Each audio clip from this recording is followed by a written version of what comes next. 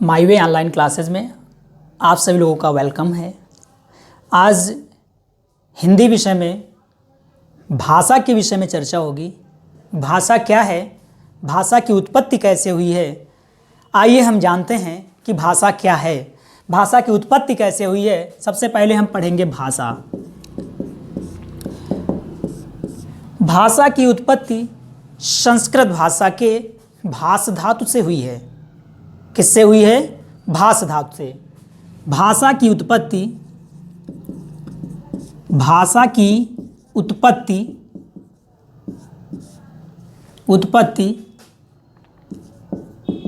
संस्कृत भाषा के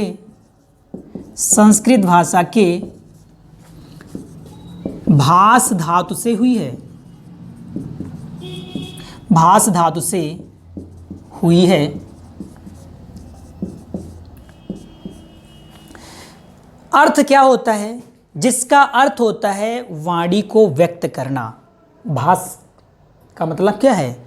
वाणी को व्यक्त करना। जिसका अर्थ होता है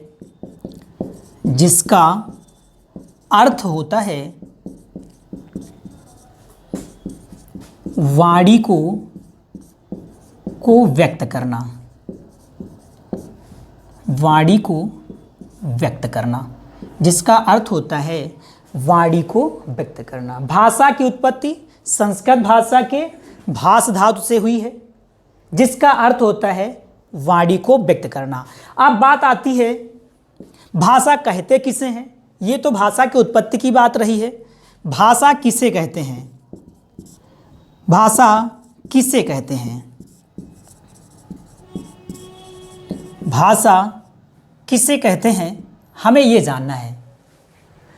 बात यह है, भाषा मनुष्य की सार्थक वाणी को व्यक्त करता है। भाषा मनुष्य की सार्थक वाणी को, या ऐसे कहें भाषा मनुष्य की सार्थक वाणी को कहते हैं। भाषा मनुष्य की सार्थक वाणी को कहते हैं। सीधी सी बात है, भाषा मनुष्य की सार्थक वाणी को कहते हैं। वाणी को कहते हैं। छोटी सी परिभाषा भाई, किसे कहते हैं भाषा? भाषा किसे कहते हैं? भाषा मनुष्य की सार्थक वाणी को कहते हैं। भाषा में हम एक दूसरे के भावों, विचारों, कल्पनाओं को अभिव्यक्त करते हैं। एक दूसरे के भावों को हम समझते हैं। भाषा के माध्यम से हम एक दूसरे के भावों, एक दूसरे के विचारों, कल्पनाओं को आपस में समझते हैं। अब बात आती है कि भाषा को कितने रूपों में अभिव्यक्त किया जा सकता है। देखो, भाषा को 3 रूपों में अभिव्यक्त किया जा सकता है। पहली बात आती है कि भाषा को कितने रूपों में अभिव्यक्त किया जा सकता है, तो हम एक लाइन में जानते हैं कि भाषा को कितने रूपों में अभिव्यक्त किया जाता है,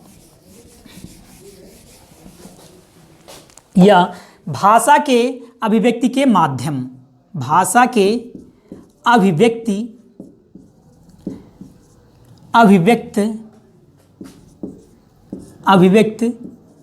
करने के माध्यम। भाषा को अभिव्यक्त हम कितने माध्यम से करते हैं? तो सबसे पहली बात अगर आती है, तो सबसे पहली बात मिलती है क्या? मौखिक भाषा।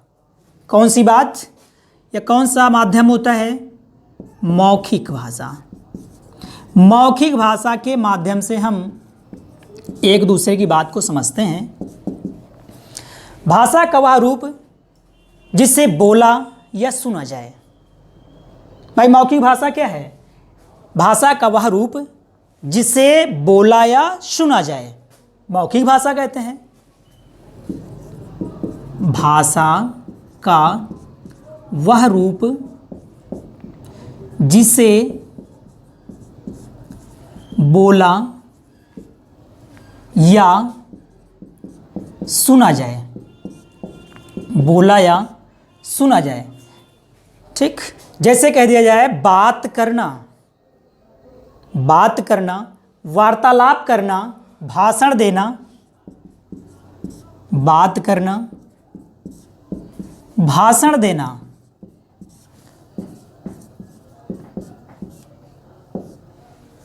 मौखिक भाषा। बात करते हैं जैसे हम एक दूसरे से आपस में, तो कैसे करते हैं? मौखिक ही तो करते हैं, मौखिक बात करते हैं। भाषण देना होता है, हम मौखिक भाषण देते हैं, एक दूसरे के विचारों को हम समझ लेते हैं मौखिक रूप में। अब देखते हैं एक माध्यम और होता है जिसे कहते हैं हम लिखित भाषा।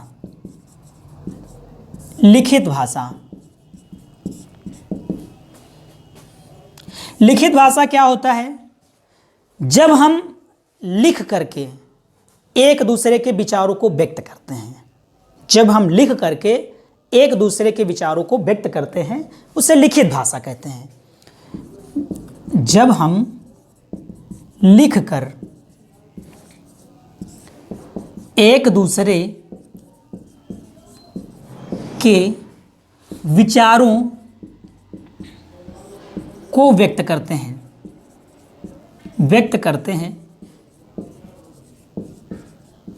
लिखित भाषा कहते हैं। लिखित भाषा कहते हैं। जैसे पत्र लिखना, कहानी कहना। जैसे पत्र लिखना, कहानी कहना। पत्र लिखना, कहानी कहना,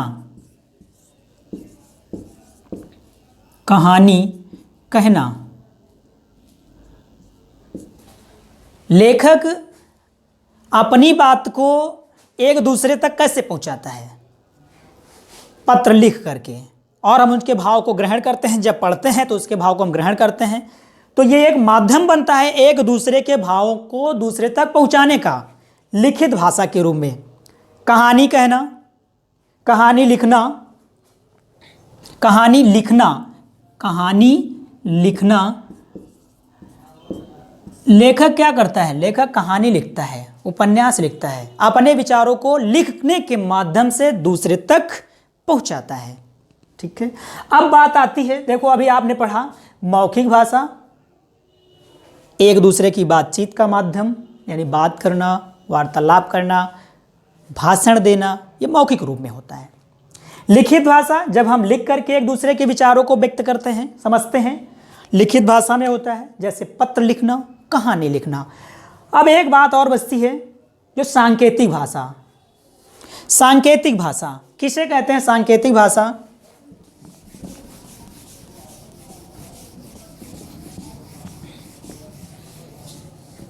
सांकेतिक भाषा किसे कहते हैं? सांकेतिक भाषा, सांकेतिक भाषा, सांकेतिक भाषा।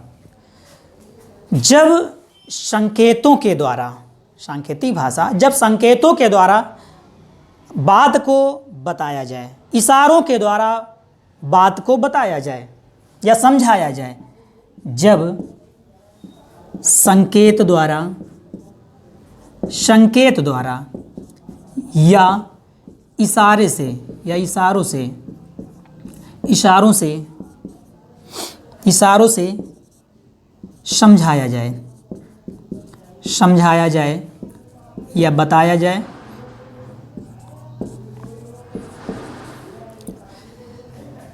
सांकेतिक भाषा कहते हैं। सांकेतिक भाषा कहते हैं। जैसे मूक बधिर की वार्ता, आप लोगों ने देखा होगा, जो मूक लोग होते हैं, जो बधिर लोग होते हैं, वो अपनी भाषा को कैसे व्यक्त करते हैं? इशारों के माध्यम से। तो आप लिख सकते हैं यहाँ पर, जैसे मूक बधिर की वार्ता। या फिर आपसे कहा जाए, चौराहे पर खड़ा यातायात को नियंत्रित करता हुआ सिपाही।